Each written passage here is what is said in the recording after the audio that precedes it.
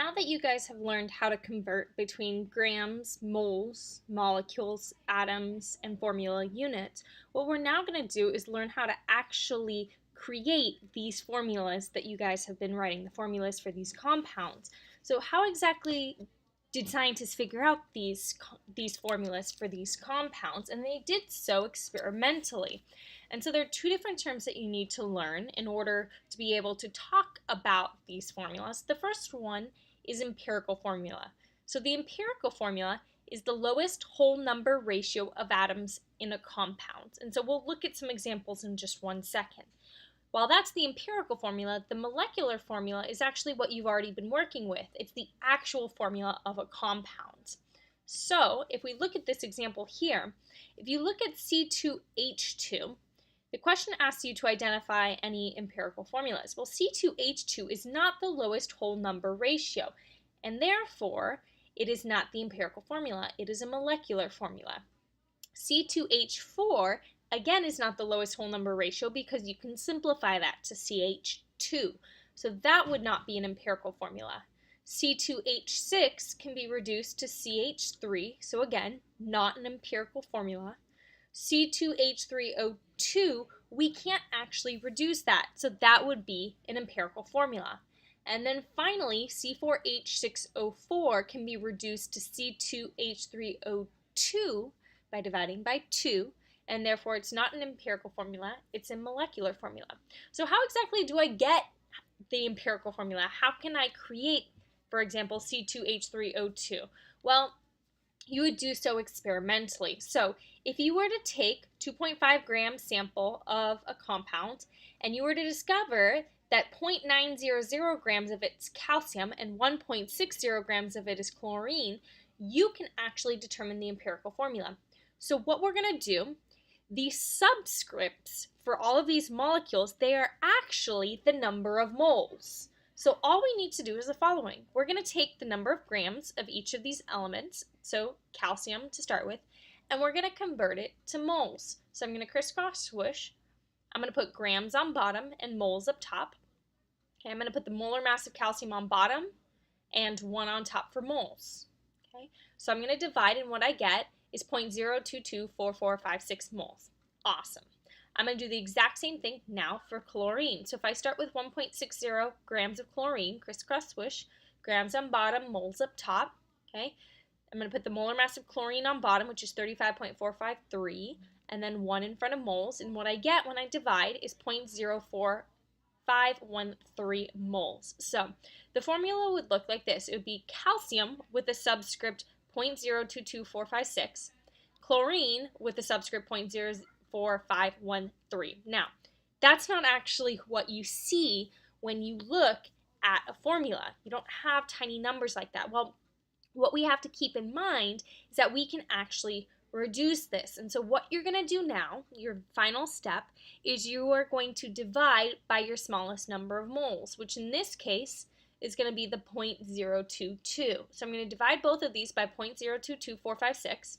And what I end up getting is calcium, there'd just be 1, so calcium 1, and then Cl, if you divide, you get 2. Okay? If it's 1.9, you can round that to 2. If it's 2.01, you can round that to 2, that's fine. As soon as you get greater than a tenth off of a whole number, so for example, if I had 2.1 or 2.2, you cannot round. So we're going to have instances where you'll have 1.5. So for example, in this problem, if I had CaCl 1.5, I cannot round that to 2.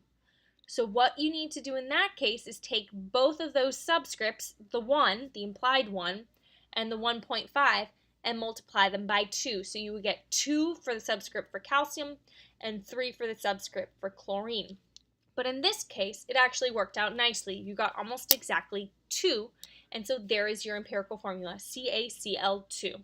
Okay? Let's try one more example. What if instead of masses, I gave you percents? Well, it might seem a little bit intimidating until you realize that what I can say is, all right, the total mass of my sample is 100 grams.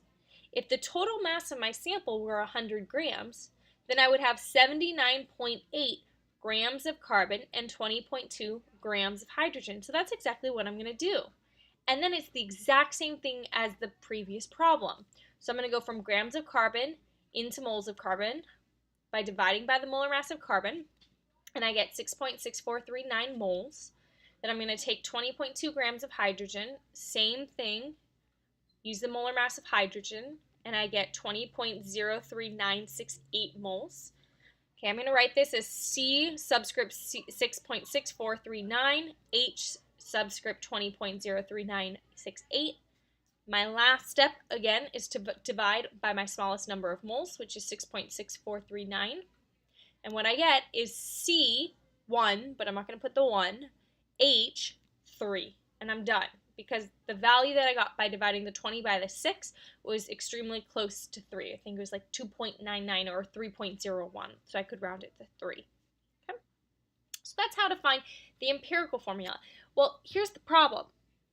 The empirical formula is not always what you would see in the real world. Instead, what you would see would be the molecular formula. So how do I go from empirical formula to molecular formula? Well, what I've got to do is I've got to take the molar mass of the molecular formula, which will be given to me, and divide it by the empirical formula mass. When I do that, I get a whole number. That's my N. What I need to do is take my empirical formula, multiply all of the subscripts by that whole number, and that will give me my molecular formula. So let's look at an example. Here, I'm given the empirical formula, CH3O. And so what I need to do is I need to take the molar mass of the molecular formula and divide it by the molar mass of the empirical formula. Well, the first thing I got to do is figure out the molar mass of the empirical formula. Okay, so carbon is 12.01, hydrogen, there are 3 of them, 1.008, and then oxygen 15.99. So what I end up getting for the empirical formula molar mass is 31.024. I'm going to take the molar mass of the molecular formula, which is 62, and I'm going to divide that by 31, and that gives me the whole number of 2. Okay, that's my N. So I'm going to take my empirical formula now, CH3O, and I'm going to multiply all of the subscripts by 2.